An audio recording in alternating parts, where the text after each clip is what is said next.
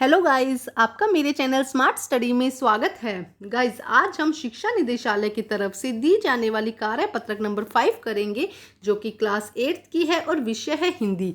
ये वर्कशीट 20 अप्रैल 2021 की है। तो आइए शुरू करते हैं आज की वर्कशीट शुरू करने से पहले प्लीज़ मेरे चैनल को सब्सक्राइब कर दीजिए।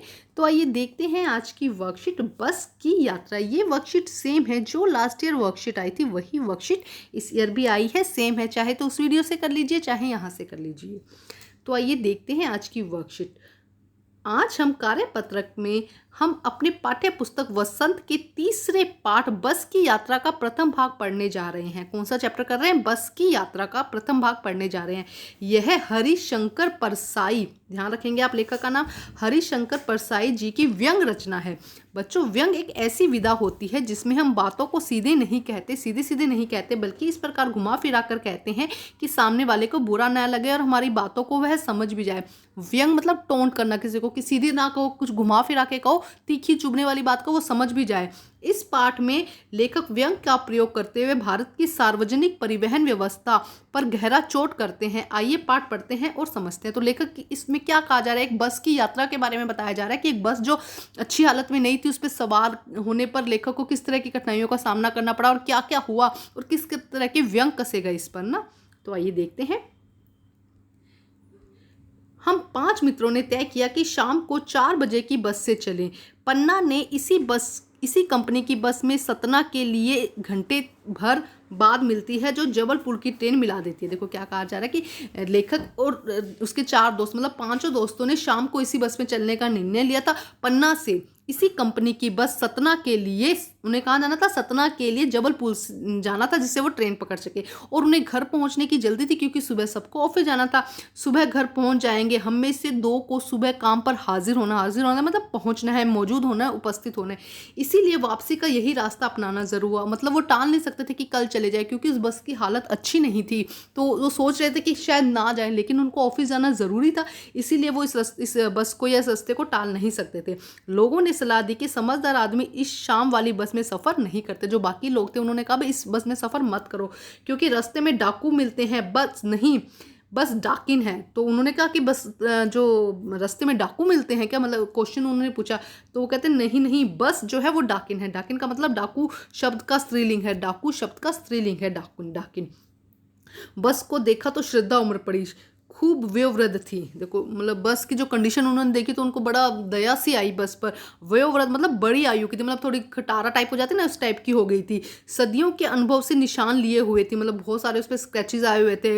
लोग इसलिए इससे सफ़र करना नहीं चाहते थे कि वृद्धावस्था में इससे कष्ट ना हो लोगों। मतलब देखो व्यंग कसे जा रहे हैं यहाँ पे कि वो इतनी बूढ़ी हो गई, बूढ़ी का मतलब इतनी पुरानी हो गई है कि उसे कष्ट ना हो।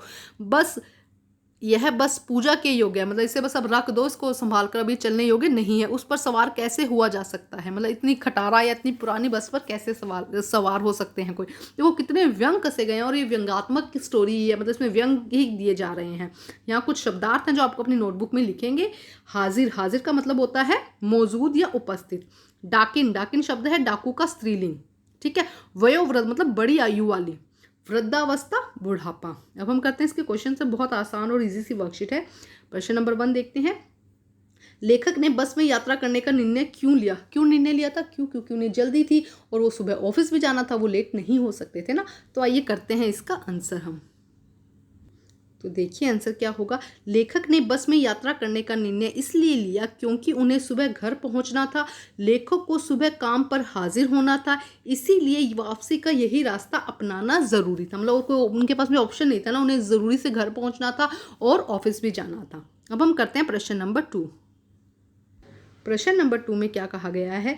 लोगों ने यात्रा के संबंध में लेखक को क्या सलाह दी और क्यों? क्या सलाह दी थी कि भाई इस बस में मत बैठो, शाम के समय मत बैठो, क्या है ये बस बहुत खटारा है, ठीक है। तो ये करते हैं इसका आंसर हम। तो देखिए आंसर नंबर 2। लोगों ने लेखक को शाम वाली बस में सफ़र ना करने की सलाह दी। लोगों ने लेखक को यह सलाह इसलिए दी क्योंकि बस की दयनीय दशा से भली भांति परिचित थे। उन्हें पता था इसकी हालत कैसी है। उन्हें यह भी पता था कि यह बस कहाँ रुक जाए या कहाँ खराब हो जाए कुछ नहीं कहा जा सकता। तो समझ में आया क्यों क्यों इसलिए इस संबंध में लेखक ने क्या सलाह दी थी, बाकी लोगों ने लेखक को क्या सलाह दी थी कि एक तो बस में ना चढ़ो, बस की सफ़र ना करो, और ये बस कहाँ खराब हो जाए कुछ नहीं कहा जा सकता। प्रश्न नंबर 3, बस को देखकर लेखक ने जो व्यंग बातें कही उन्हें अपने शब्दों में लिखिए। लेखक ने क्या क्या कहा। बस को देखते ही मन में आदर और श्रद्धा के भाव उमड़ पड़े। बस बिल्कुल मेरे दादाजी की जितनी उम्र की थी, सदियों का अनुभव लिए हुए थी। लोग इससे सफ़र नहीं करना चाहते थे कि वृद्धावस्था में से कष्ट होगा। जो ये वाली लाइन है ये नेक्स्ट आप जब अगली वर्कशीट करेंगे उसमें आएगी, तो यहाँ से भी आप लिख सकते हैं लोग इसमें सफ़र नहीं करना चाहते थे कि वृद्धावस्था में से कष्ट होगा, बस मात्र पूजा के योग्य थी, उस पर सवार कैसे हुआ जा सकता है। तो चाहे तो पूरा लिख दीजिएगा। अच्छा सही आंसर है इसका ये कि बस को देखकर क्या लिखा, सिर्फ श्रद्धा और आदर के ही भाव उमड़े थे। बस में लोग सफ़र नहीं करना चाहते थे क्योंकि वो इतनी वृद्ध हो चुकी थी या इतनी पुरानी हो चुकी थी कि बस सिर्फ पूजा के योग्य है, उस पर सवार नहीं हुआ जा सकता। अब हम करते हैं प्रश्न नंबर 4। प्रश्न नंबर 4 देखिए क्या कहता है। गतिविधि, अपनी कल्पना से अपने घर में पड़ी किसी भी पुरानी चीज़ को देखते हुए मजाकिया लहजे से उससे होने वाली बातचीत लिखिए। तो कोई भी उससे मतलब आपने कोई भी अपने घर में कोई पुरानी चीज़ रखी है, उससे आप किस तरह से बात करेंगे वो यहाँ पर लिखकर आपको व्यंग करते हुए वो बात करनी है, मजाकिया तौर में ना। तो आइए करते हैं इसका आंसर हम। तो आइए देखते हैं, इसमें कुछ भी आप अपनी कल्पना के आधार पर इसको आंसर लिख सकते हैं, ठीक है। जैसे कि पुरानी घड़ी ने कहा, ओहो पुरानी घड़ी के पास जब मैं गई तो उसने मुझे कहा, ओहो आज बहुत दिनों बाद दर्शन हुए, बताओ कैसी हालत है। फिर मैंने ये कहा, तुम बताओ तुम्हारा क्या हाल है। अब पुरानी घड़ी बोली, अरे क्या बताऊँ मेरी हालत तो गंभीर है, मन करता है तुम्हारी ज़िंदगी भर सूरत न देख पाऊँ, पर क्या करूँ तुम मुँह उठाकर सो आ जाते हो। कहती भाई देखो क्योंकि मैं मुझे अच्छी नहीं लगती है, पुरानी हो गई ना इसलिए मैं उसको पहनती नहीं, तो कभी कभी आती हूँ तो वो थोड़ी गुस्से में है। और मैं हा हा हा हा तुम्हें पहनकर बोर हो गया हूँ, मुझे नई घड़ी चाहिए इसीलिए तुम्हें पहनना बंद कर दिया है।